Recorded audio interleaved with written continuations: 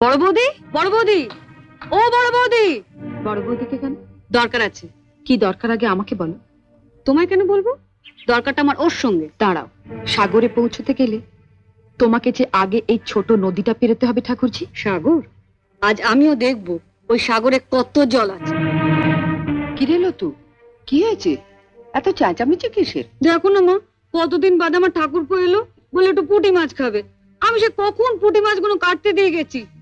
আর তোমার বড় বউয়ের এত সাহস, ওগুলো না কেটে ঘরে খিল দিয়ে বসে আছে।